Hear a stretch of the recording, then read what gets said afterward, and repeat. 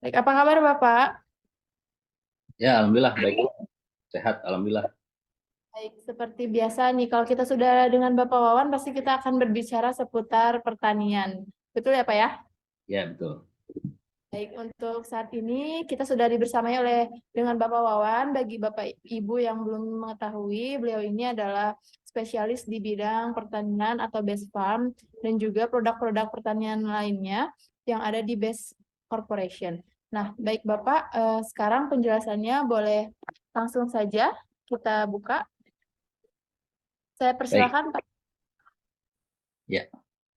Baik, bismillahirrahmanirrahim. Assalamualaikum warahmatullahi wabarakatuh. Bismillahirrahmanirrahim. La haula wa la quwata illa billah. Asyhadu an la ilaha illallah wa la syarika lah. Wa asyhadu anna Muhammadan abduhu wa rasuluh. Allahumma shalli ala sayyidina Muhammad wa ala sayyidina Muhammad wa bismillah sadri wa yassir amri wa qul misani yafqahu qawli. Selamat pagi, menjelang siang, salam sejahtera untuk kita semua. Bapak dan Ibu semua, alhamdulillah kita bisa bermenjah silaturahim tentunya dalam penyampaian program sarana pertanian base farming. Jadi eh, masa peralihan jadwal ini kita fokuskan untuk materi base farming ini eh, kita mengikuti jadwal yang sudah diarahkan dari manajemen support system yaitu di pagi hari ya. Setiap mulai jam 9.45 ya. 1 jam berikutnya ya, sampai 1 jam berikutnya. Nah, jadi untuk sore karena memang ada jadwal yang lain, jadi kita sementara sore ini ditiadakan dulu. Baik, Pak Ibu semua, akan saya coba buka slide ya, karena materi inilah materi tentang cara aplikasi produk base pump slow release ya, dan seperti apa testimoni ataupun rekomendasi dari produsen yang memang sebagai arahan dan SOP terbaru ya penggunaan base pump slow release pada komunitas kelapa sawit. Ya, Bapak dan Ibu semua, tetap dari di awal kita akan menyampaikan narasi-narasi dulu ya mengenai pertanian bahwa PT BES sudah masuk tahun ketiga sebagai motor penggerak pembangunan pertanian di Indonesia. Alhamdulillah program ini terus akan kita gaungkan karena PT BES ini sedang membawa visi dan misi yaitu bagaimana caranya membela ataupun memperhatikan para petani kecil ini supaya bisa mendapat keuntungan. Caranya harus seperti apa? Yang pertama, PTB selalu mengingatkan kepada para petani ya melalui para mitra, kemudian yang terjun langsung ke daerah ya. Jika ingin untung, setiap petani ini, baik itu komunitas tanaman pangan, palawija, hortikultura, dan kehutanan, harus mampu menekan biaya produksi. Karena kalau biaya produksi ini tidak ditekan, sampai kapanpun petani tidak akan pernah untung, karena biayanya terlalu mahal. Dalam hukum ekonomi pertanian, jika biaya produksi ini kelihatan jauh lebih tinggi dibanding pendapatan, itulah yang disebut dengan kerugian. Nah, kita menginginkan sudah saatnya petani ini mendapat pembelaan, mendapat perhatian khusus ya. Dan alhamdulillah PTB sudah memberikan solusi selama 3 tahun ke depan ini, 3 tahun ke belakang, eh, memberikan solusi buat para petani dengan cara kalau kita ingin untung maka harus mengedepankan konsep play side, low external input sustainability. Artinya adalah setiap petani harus mampu menekan input biaya pengeluaran atau biaya produksi. Nah, pasti pertanyaannya bagaimana caranya? Caranya adalah dengan menggunakan produk pertanian base farming. Kemudian yang kedua, dengan konsep sustainability yang sudah digaungkan 3 tahun yang lalu, PT BES pun di sini sedang bagaimana caranya memproduksi produk pangan itu betul-betul baik dan menyehatkan. Karena memang eh, memproduksi produk pangan yang baik dan menyehatkan, baik untuk komoditas tanaman pangan, palawija, hortikultura, dan kehutanan, memang ada perintahnya. Ini harusnya dikerjakan oleh negara gitu ya. Tapi PTB sudah ambil alih di 3 tahun yang lalu. Artinya untuk apa? Ya tadi untuk tercipta bagaimana caranya manusia ini diciptakan hanya untuk beribadah kepada Allah dan kemudian makanan yang dikonsumsinya pun betul-betul baik dan menyehatkan. Ya tentunya di situ ada nilai ibadah. Makanya kita arahkan dengan meminimalisir tadi konsep Raisa tadi menekan input penggunaan pupuk dan pestisida berbahan kimia sintetis dengan sendirinya nanti akan tercipta produk panen yang baik dan menyehatkan. Kemudian yang ketiga, meningkatkan kesuburan lahan pertanian untuk generasi yang akan datang karena produk land based farming ini adalah produk yang memang eh, berbasis teknologi mikroorganisme sehingga kalau terus-terusan digunakan di aplikasikan pada tanah maka tanah tersebut akan semakin subur. Nah, hanya 3 saja yang dibawa visi dan misi oleh PT BES untuk pembangunan pertanian berkelanjutan di Indonesia ini. Kemudian Bapak dan Ibu semua harus paham juga ya mengenai 5 keunggulan produk yang sering kita sampaikan, karena kita akan memperkenalkan produk pertanian PT BES ini dengan keunggulan-keunggulan yang tidak dimiliki oleh perusahaan manapun. Yang pertama, produk base farming adalah produk ramah lingkungan. Produk ramah lingkungan adalah artinya di sini tidak akan meninggalkan residu kimia sintetis berbahaya di lahan pertanian ataupun di komoditas hasil pertanian. Karena memang produk kita adalah produk berbasis mikroorganisme sebagian besar. Kemudian kita harus bisa memastikan kepada para petani ya bahwa produk kita ini kalau digunakan oleh para petani, maka petani akan mendapatkan efisiensi biaya atau penghematan biaya. Karena selama ini tidak ada ya lembaga asosiasi manapun yang memang mengarahkan para petani kalau ingin untung harus efisien. Tidak ada, mereka berjualan ya berjualan saja. Yang penting jualannya laku, kemudian di situ untung dan rugi tidak pernah diberikan solusi. Maka PT BES 3 tahun yang lalu sampai sekarang masih komitmen. Kalau ingin untung, kita harus bisa memberikan solusi, ya, yaitu dengan cara memproduksi produk sarana pertanian yang betul-betul kalau digunakan oleh para petani akan ada efisiensi biaya. Kemudian efektif peningkatan hasil, alhamdulillah produk-produk pertanian PT BES ini ya kita ujikan di berbagai lembaga-lembaga yang kompeten ya, baik lembaga pendidikan tinggi ya, seperti di Unpad, Brawijaya dan lain. Alhamdulillah ya setiap komoditas bisa meningkatkan hasil produksi pertanian dan perkebunan. Tentunya ini harapan para petani.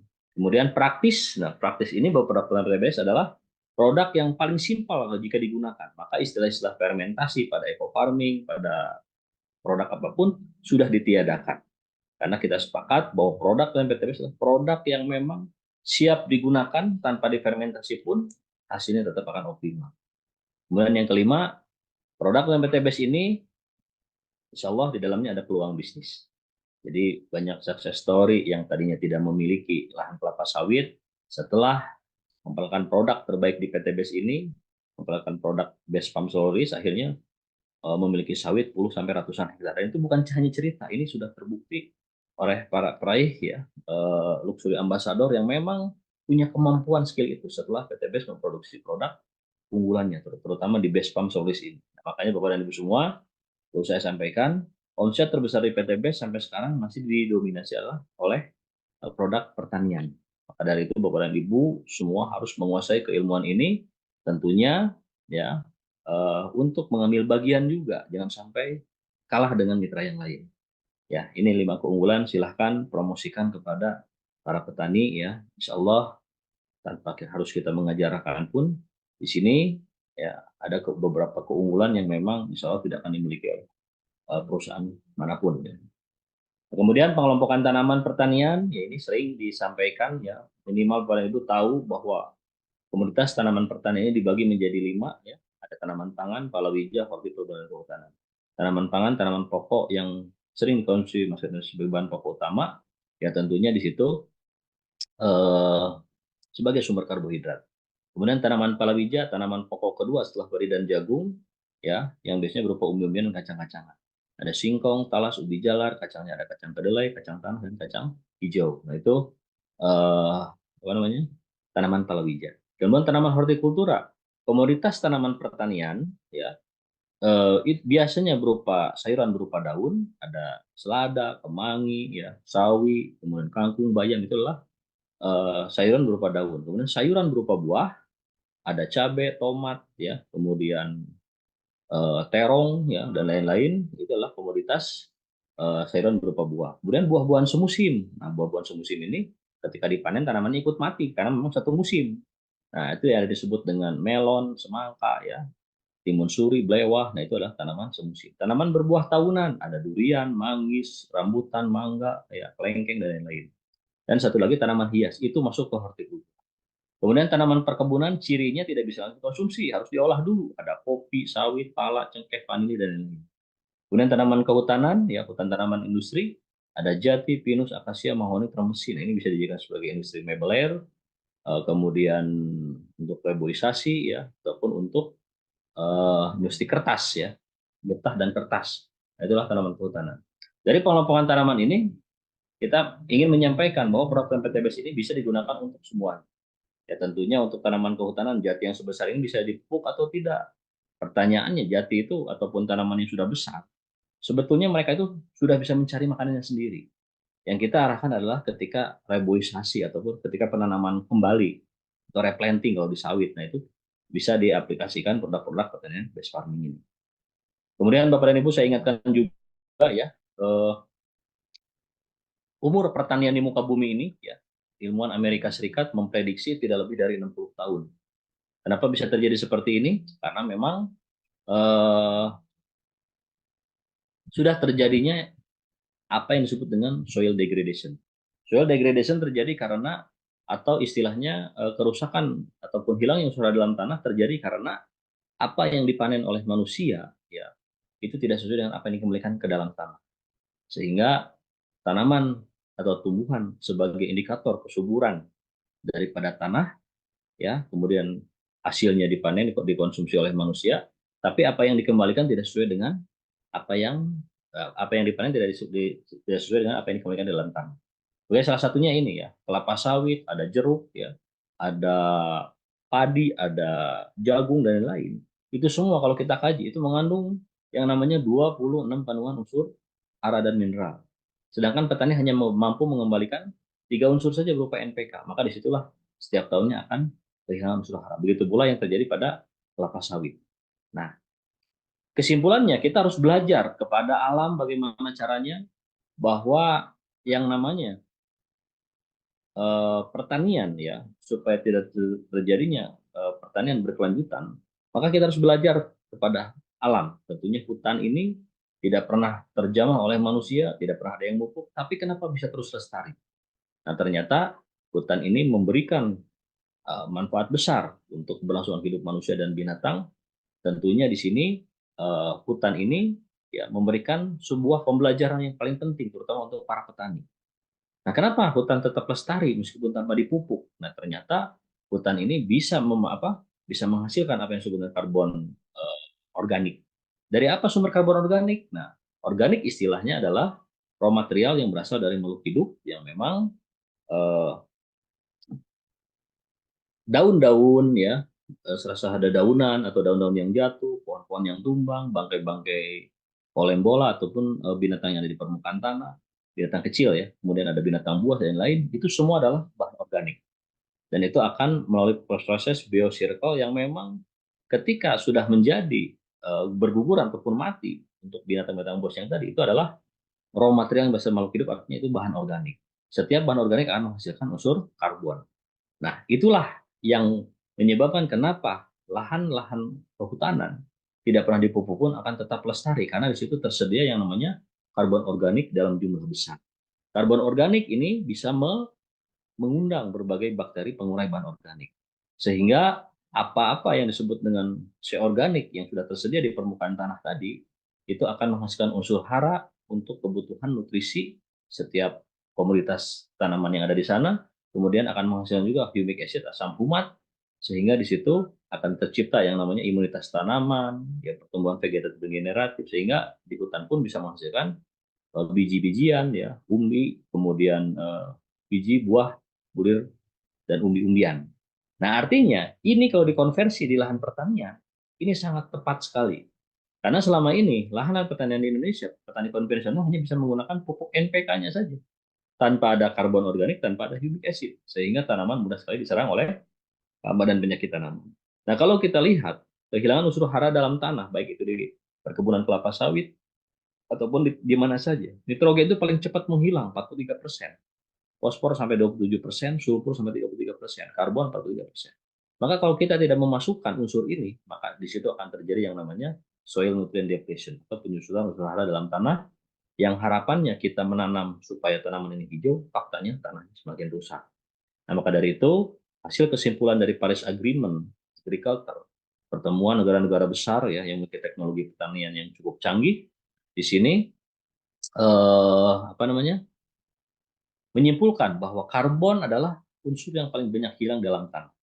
Maka share organik, unsur hara, dan humic acid itulah 3 pilar penting di dalam dunia pertanian.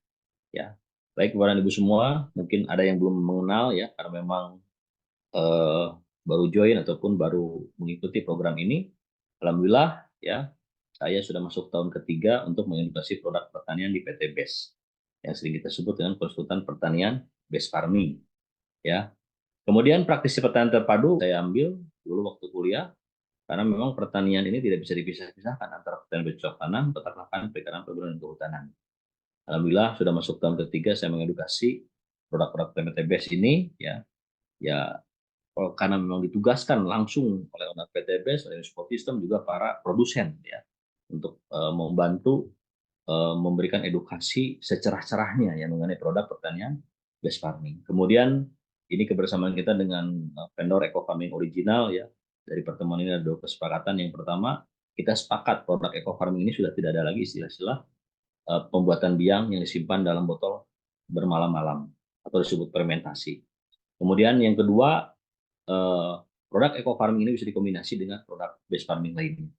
Itu dua, sehingga dari tim konsultan base farming membuat SOP-SOP, ada dua, SOP eco farming dan SOP base farming yang sering kita sampaikan.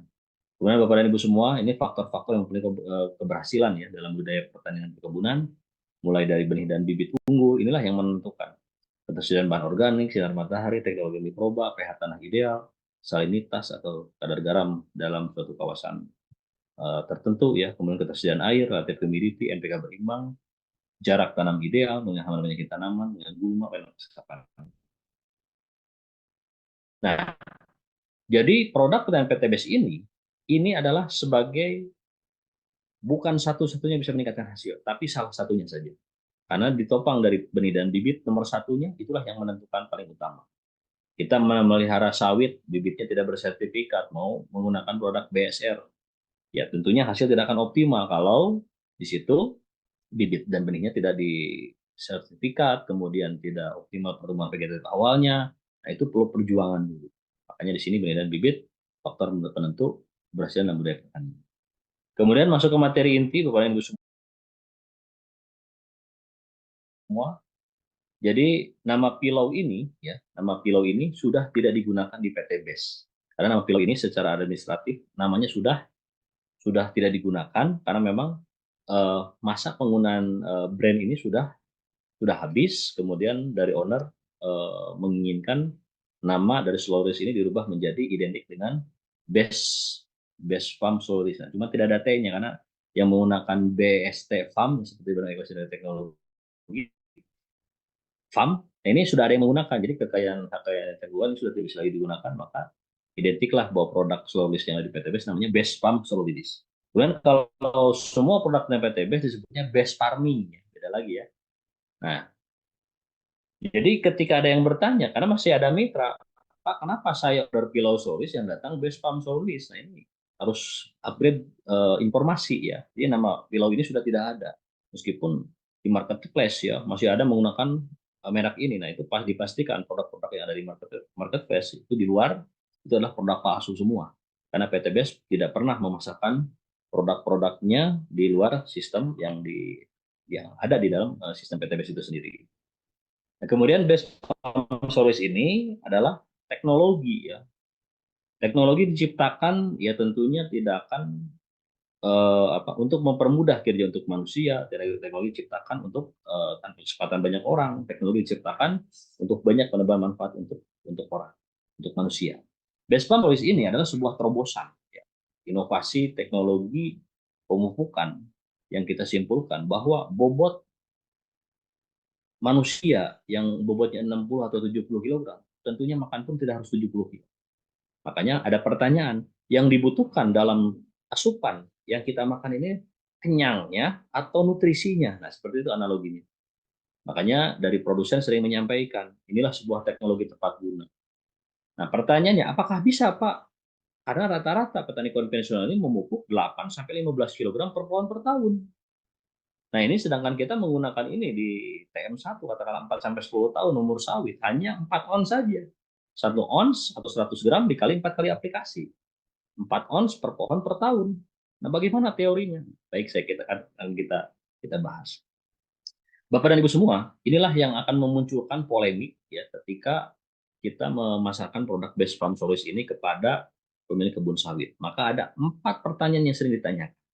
Yang pertama, uji kandungan unsur hara. Yang kedua, eh, uji efektivitas produk base pump solution ini. Yang ketiga, perusahaan mana saja yang sudah pernah pakai. Yang keempat, bagaimana kinerjanya, gitu kan? Karena rata-rata yang sangat disayangkan, banyak sekali orang yang mengaku sebagai research and development dalam sebuah perusahaan, para research peneliti, ya, membuat statement-statement di dalam YouTube, di dalam apapun, diminta menanggapi produk PTBS yang sedang viral ini, ya. Sayangnya mereka memberikan kesimpulan, tapi tidak pernah mencoba. Itu saja sayangnya, gitu kan. Jadi ketika banyak orang yang meragukan, banyak orang yang apa namanya membuat kesimpulan bahwa produk ini suatu produk yang tidak masuk akal, ya, karena kecil, gitu kan. Nah, di sisi lain orang sudah panen duit, ya, di sisi lain orang sudah panen duit. Maka dari itu kita harus bisa menguasai kondisi seperti apapun, pertanyaan-pertanyaan seperti apapun, kita harus bisa menjawabnya.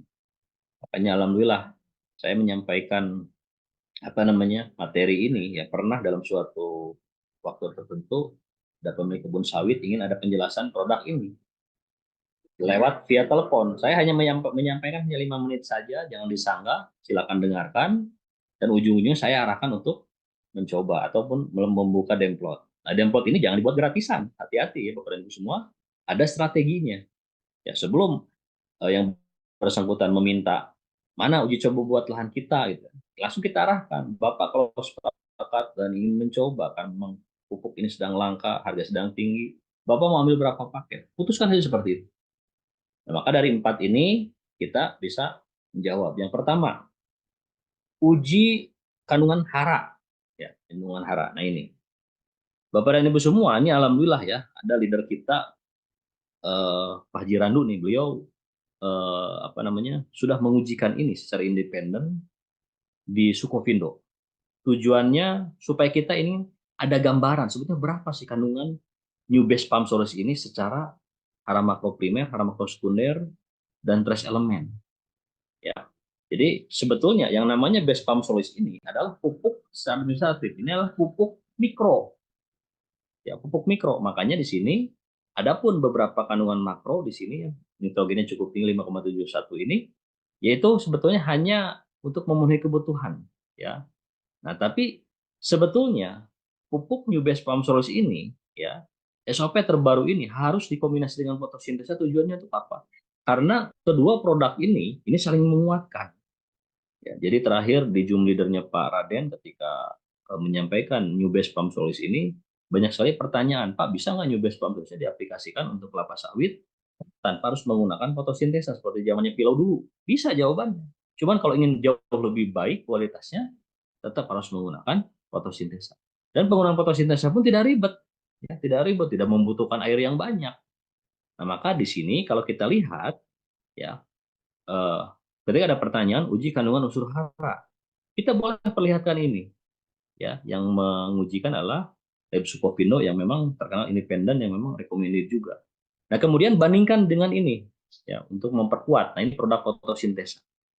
Produk fotosintesa di sini memiliki kandungan NPK cukup tinggi, 12,17%, 7,50, 7,56 itu nitrogen, fosfor, dan kalium NPK. Nah, dari sini jelas kemampuan daripada produk new base pump solution dan fotosintesa ini bisa meningkatkan hasil. Nah, ini kita berbicara tentang kandungan hara dulu ya. Nah, kemudian di kandungan new base pump solution ini ada 60 kandungan sebetulnya yang tidak dipublikasikan semuanya.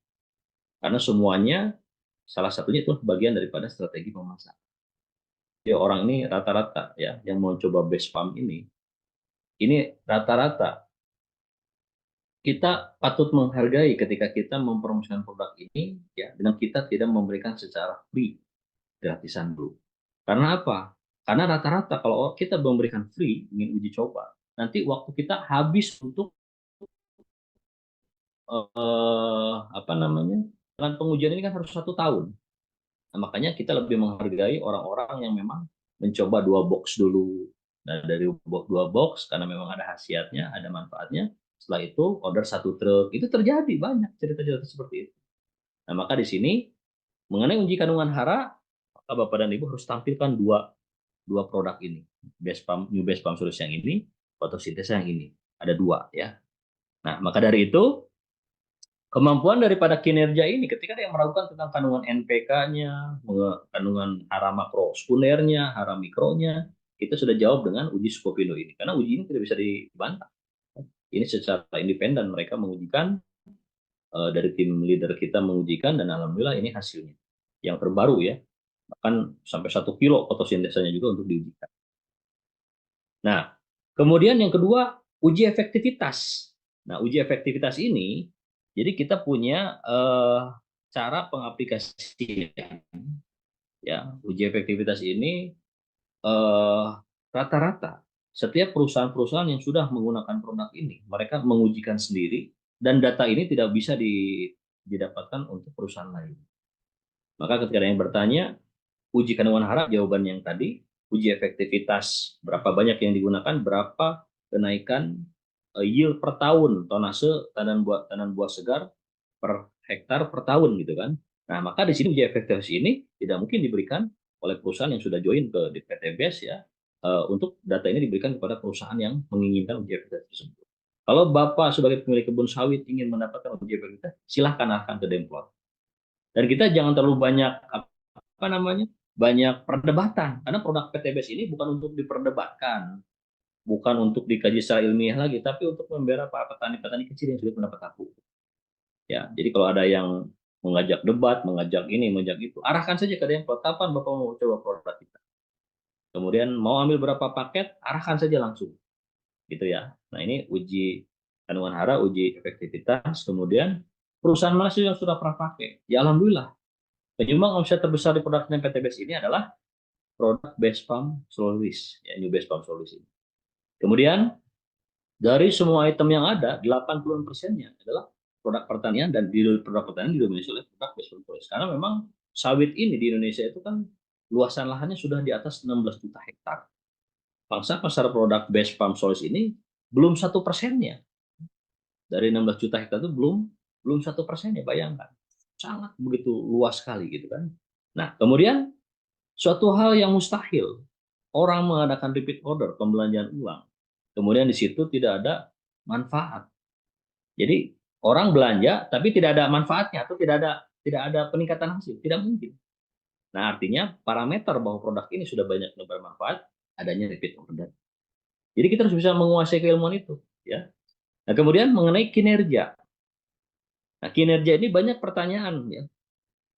Wah, ini produk nggak masuk akal ini. Memang betul, Pak, ini produk tidak masuk akal. Tapi kalau terus dijalankan, bisnisnya bisa masuk rekening. Nah, itu harus bisa kita kuasai ya. Kemudian kinerja seperti apa? Kami saja mupuk atau menyimpulkan ada korelasinya pemberian pupuk NPK anorganik dalam jumlah besar dengan tandan buah segar yang dipanennya, gitu kan. Nah, sedangkan ini dari mana, gitu kan. Nah, maka kita bisa menguasai itu semua. Caranya seperti ini, ya. Ketika ada pertanyaan seperti yang tadi, ya, kita balik tanya lagi.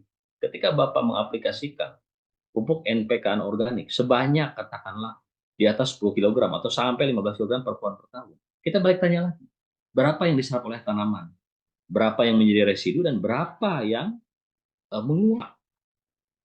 Kemudian kenapa ketika diberikan pupuk masih ngetrek, gitu kan. Nah, kami punya produk ini, dalamnya ada teknologi, ya.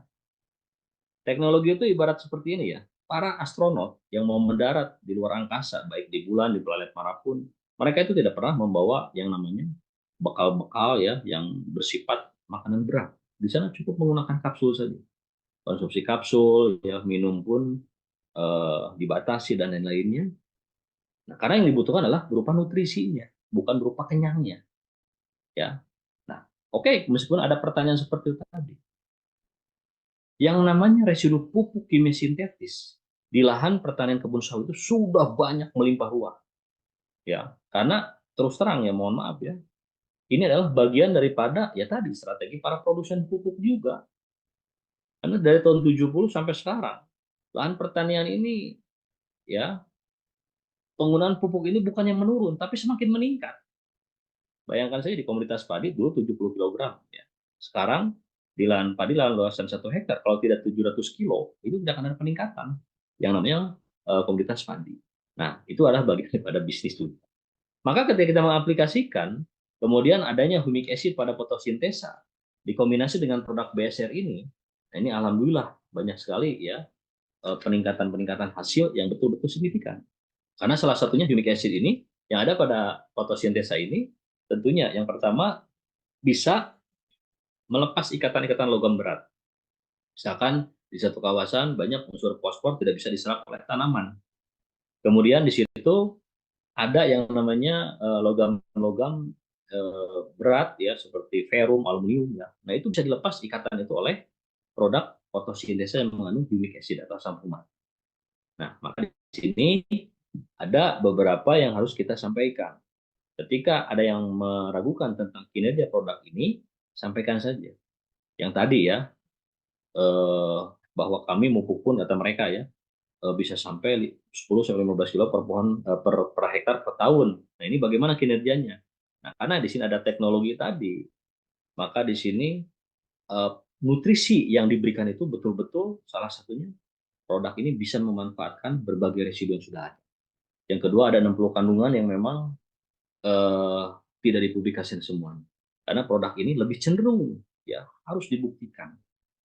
Jadi ketika kita melakukan produk ini, Bapak dan Ibu atau pemilik kebun sawit berhak tidak percaya terhadap produk ini sebelum Anda mencoba. Karena apapun ya yang bisa kita simpulkan setelah kita mencoba. Makanya saya miris para researchers peneliti didorong oleh para petani yang lainnya gitu ya untuk memberikan tanggapan tentang produk base palm solis ini dan fotosintesa ya tanpa belum pernah mencoba sudah menyimpulkan macam-macam. Ya sayang profesinya yang backgroundnya sebagai research and development dalam sebuah perusahaan ataupun research para peneliti ya tanpa pernah mencoba sudah menyimpulkan karena di PTBS ini ya yang bisa memantau ya ataupun yang bisa menebar manfaat daripada hasil produk-produk pertanian adalah omset setiap bulannya.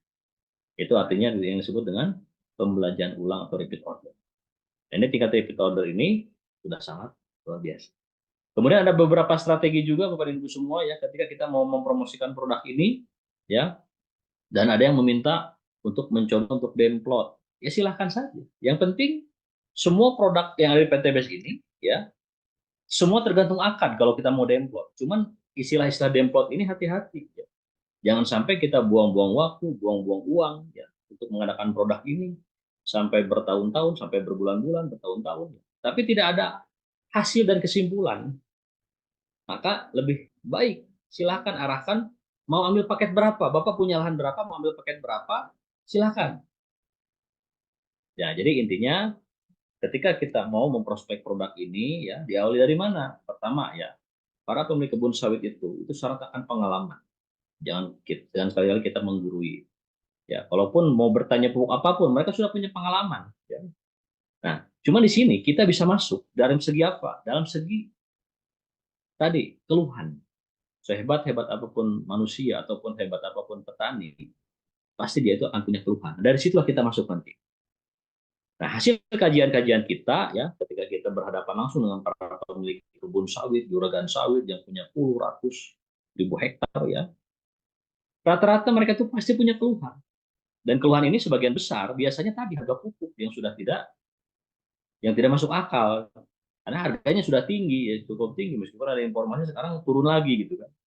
Nah, itulah permainan. Nah, dari situ yang pertama setelah kita mendapatkan keluhan tadi ya kemudian minta nanti hitungan analisis biayanya untuk yang dikeluarkan apa biaya yang dikeluarkan dalam luasan 1 hektar ini habis berapa. Nah ataupun per pohonnya habis berapa, per pohon per tahun habis berapa.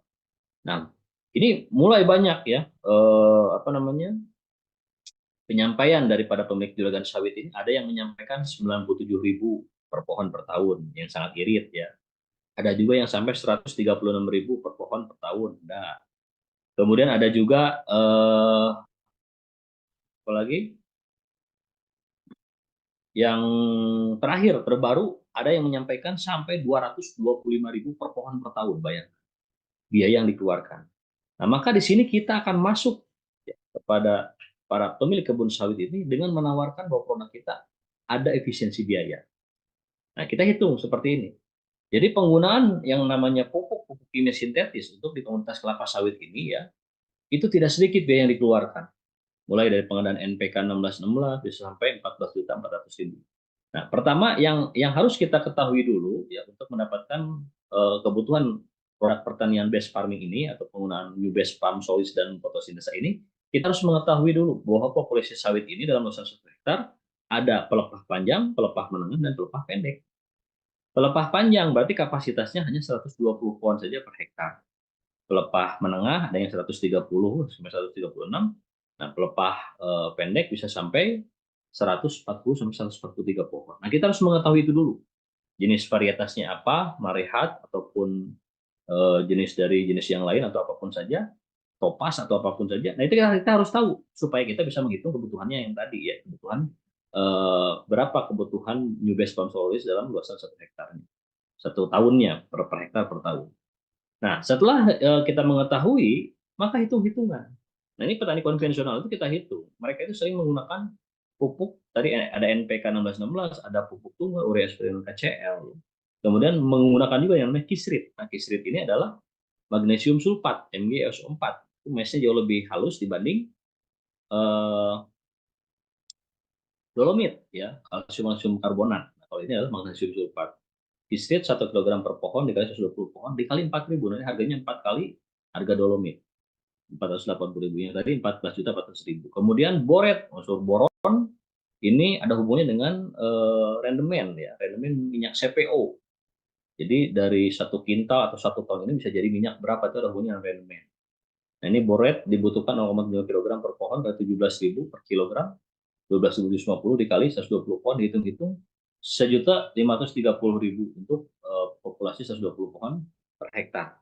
Maka di sini dibutuhkan biaya 16.410.000 untuk pemupukan luasan lahan 1 hektar. 16.410.000 ini dibagi 120 pohon. Nah, ternyata dibagi 120 pohon ini jatuhnya itu di 136.750 rupiah. Saya akan hitung 16.410.000 dikali 120 pohon. 16.750 rupiah per pohon. Ya,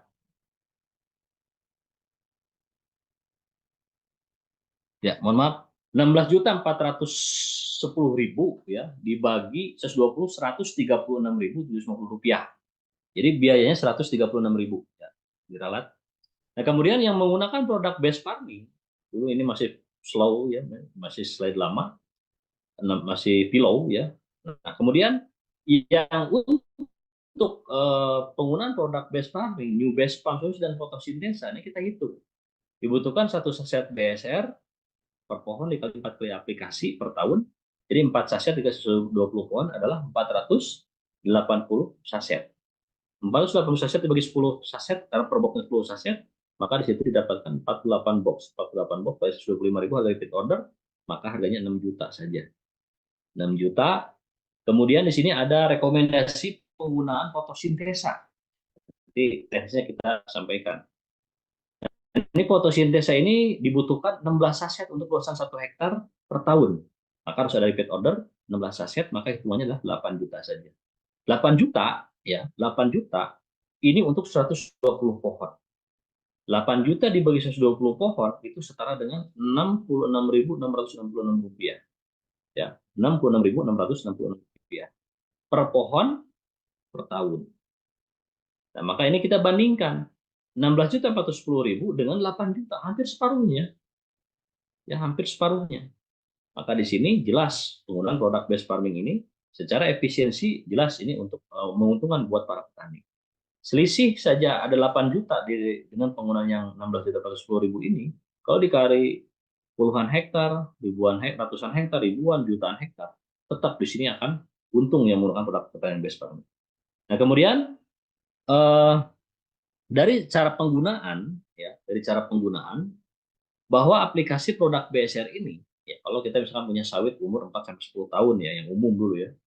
Nah, ini kita membutuhkan hanya 20 cm saja dari pangkal pohon. Nah, ini pun banyak sekali mengundang pertanyaan ya, jadi polemik. Jadi yang biasanya petani itu menabur-nabur pupuk kimia sintetis sekitar piringan pohon, ya, kemudian di situ eh, kita menggunakan hanya 20 cm dari pangkal pohon. Nah, kemudian ada pertanyaan, ini apa ya? Akar yang mana yang diberikan makanan? Nah, jadi yang namanya morfologi, perakaran pada famili palem-paleman, palmae, ya, itu di bawah pangkal pohon itu ada akar yang memutar ke bawah. Nah, yang kita makan itulah akar itu, akar serabut namanya. Karena memang ini adalah tanaman monokotil, tidak ada yang namanya akar tunggal. Jadi monokotil itu akar serabut sebagian besar ya. Nah, dari 20 cm ini, 20 cm kita buat lubang untuk eh, mengaplikasikan produk New Base Farm Solution ini.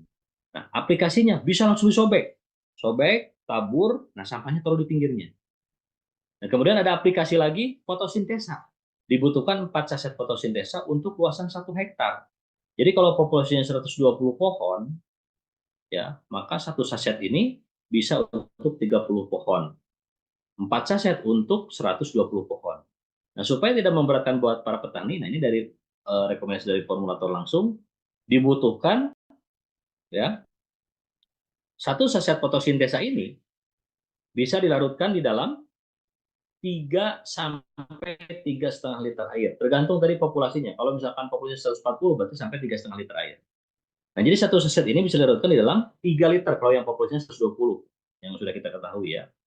Nah, kemudian setelah itu kita aplikasikan langsung di atas BSR, itu disiram menggunakan fotosintesa. Nah, ini mulai muncul pertanyaan, Pak, saya ketika ada pembinaan dari formulator langsung di daerah, ada yang diinformasikan fotosintesa dulu baru BSR.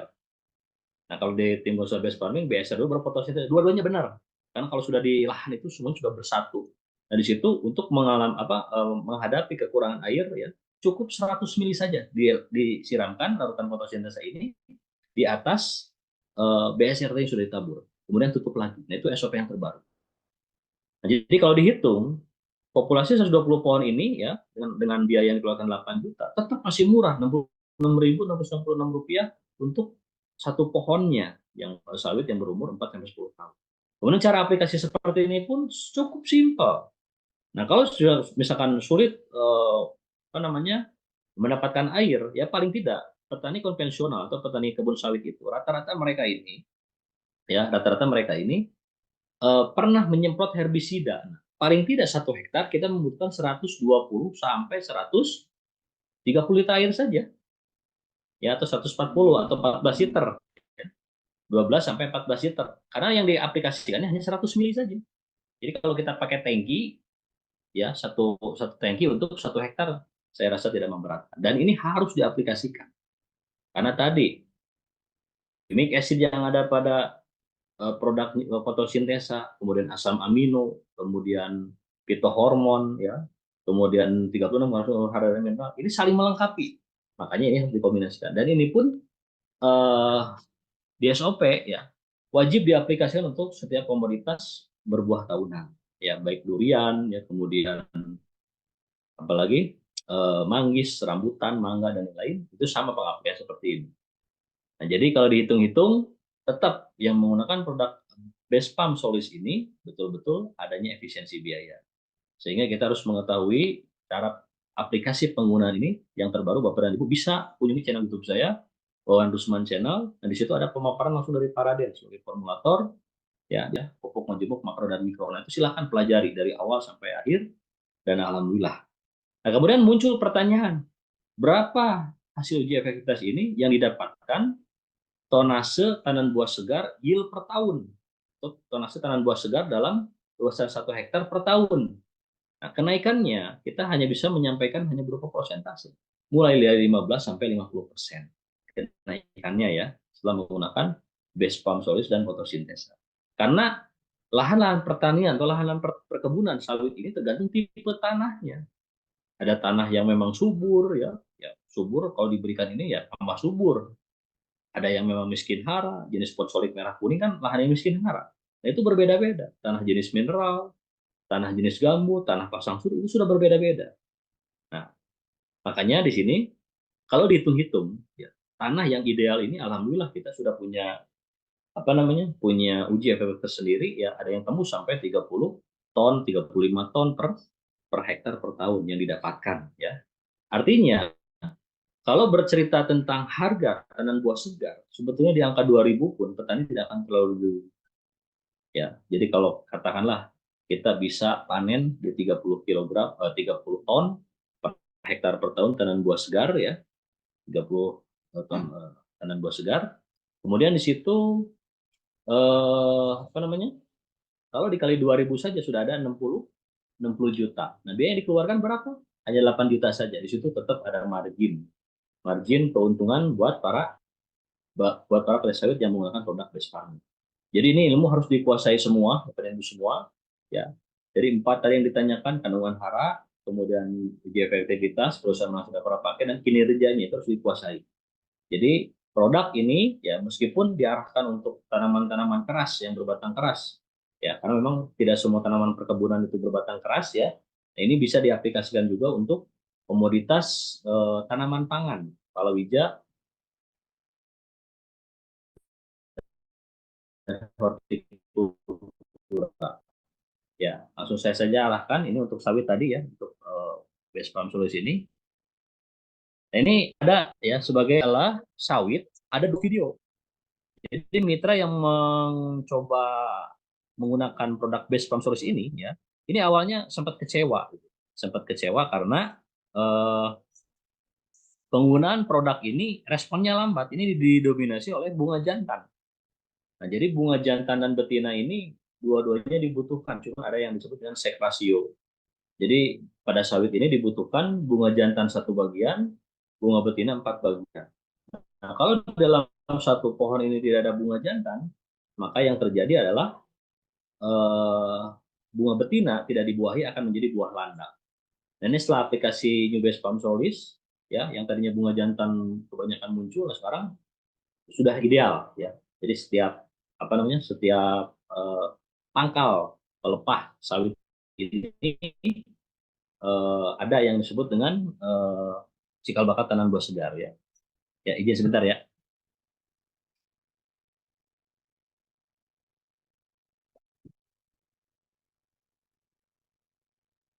Ya, lanjut lagi. Nah, ini salah satu testimoni, ya, testimoni yang eh, apa namanya, yang sudah kita buktikan, ya. Testimoni ini, alhamdulillah.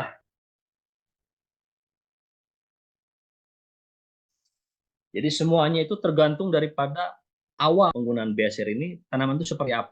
Karena kan kita hanya melanjutkan saja, ya. Kecuali kalau dari awal, nah itu baru fair hasilnya bisa meningkat, ya. Kemudian ada lagi Bapak dan Ibu semua, ya, testimoni daripada penggunaan eh, baik Pilo maupun BSR, ya sama saja, ya, hanya perubahan nama saja. Nah, ini gambaran, ya. Jadi kalau penggunaan yang namanya Pilo ataupun produk base farm solis ini, jadi kalau kita melihat ada tanaman yang kering hampir mati, kemudian diaplikasikan, kemudian hijau lagi, ya itu alhamdulillah sudah bagus, gitu. Cuma kan belum fokus di fase generatif, masih di perbaikan fase vegetatif saja. Nah, kemudian ini pun sama, ya, ada testimoni, cuman sayang ini belum saya putar lagi. Kalau ini video sudah didokumentasikan di channel YouTube saya. Jadi aplikasi produk PSR dulu namanya, ini bisa menghentikan yang namanya buah busuk setelah terjadi penyerbukan atau disebut buah cengkeh. Nah, ini alhamdulillah penyebab buah cengkeh ini salah satunya adalah eh, tadi defisiensi hara. Nah, setelah diberikan PSR, ya alhamdulillah, ya, yang buah busuknya di pruning dan alhamdulillah muncul buah-buah yang baru. Ini Ustadz Nur Sodik yang di daerah Sanggau, Kalimantan Barat, ya. Jadi, langsung ketemu dengan saya, beliau memberikan video ini. Kemudian ada lagi ini Pak Marsianus, ya. Jadi Bapak dan Ibu, kalau kita melihat tanaman sawit seperti ini sudah sangat sangat sehat, ya. Jadi yang namanya cirinya sawit yang sehat itu pelepahnya berwarna hijau, pasti daunnya pun berwarna hijau. Kemudian di pangkal pelepah ini ada yang putih-putih, nah seperti ini. Nah, ini ciri dari sawit yang sehat dan subur. Ya, ini dihitung setelah penggunaan BSR dan dikombinasi dengan produk PTBS yang lainnya. Ya, ini kelilingnya ada 17 buah, bayangkan setelah aplikasi, ya. Jadi cukup efektif ketika sawit berumur 4 sampai 10 tahun yang menggunakan BSR ini. ya. Kemudian bagaimana yang sawit yang berumur di atas 10 tahun. Nah, kalau 10 tahun rata-rata menggunakan dua saset, kemudian fotosintesanya diaplikasikan 200 mili, ya dosisnya 2 kali lipat. Ya. Mari kita hitung bersama Pak, ini ada berapa nih? Kasih tanda. Nah, ini setelah diaplikasikan bisa dihitung ya, lihat. Jadi sekeliling ini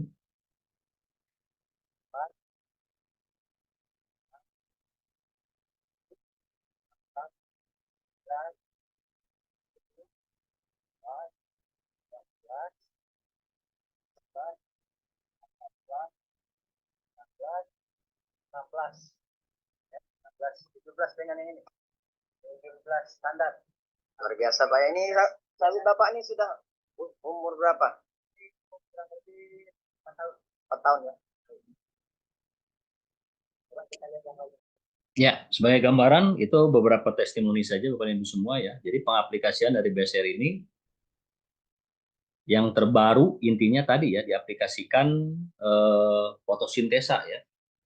Jadi di umur 4-10 tahun satu saset BSR ya kita pendam di 20 cm pangkal pohon, bisa disobek semua ya, langsung ditabur semua, sampahnya taruh di pinggirnya. Kemudian siram menggunakan fotosintesa, satu saset bisa untuk 30 sampai 35 pohon.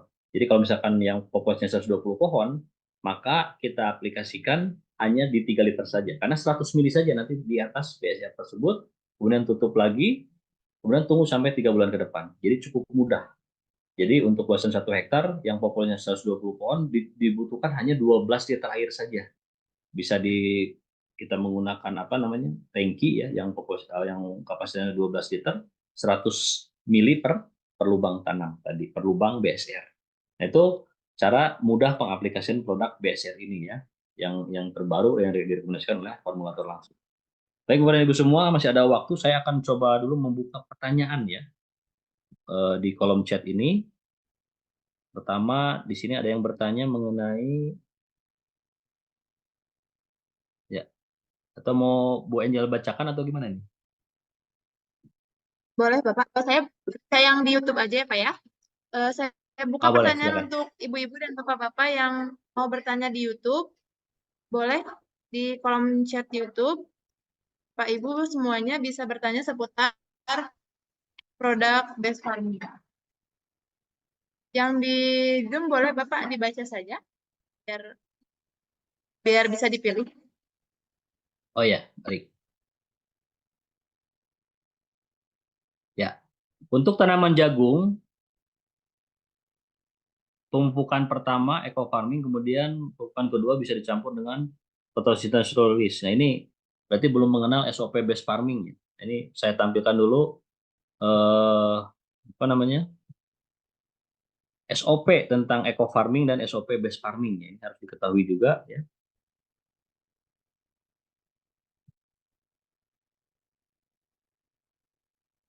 Oh, belum tampil sini. Ini SOP ini perlu saya sampaikan ya, jadi supaya tidak ada pertanyaan lagi dan mencampur-campurkan produk PTBS ini ya tidak semua bisa semuanya sendiri ya. Ini kalau di buku Farming Guidebook ini ada halaman 30 dan 31. Jadi kalau kita mau menggunakan SOP Eco Farming ya, berarti kita pakai kolom halaman nomor 30 ini ya. Kemudian yang mau menggunakan SOP Base Farming halaman 31. Jadi SOP Eco Farming itu didominasi oleh produk Eco Farming dan fotosintesa.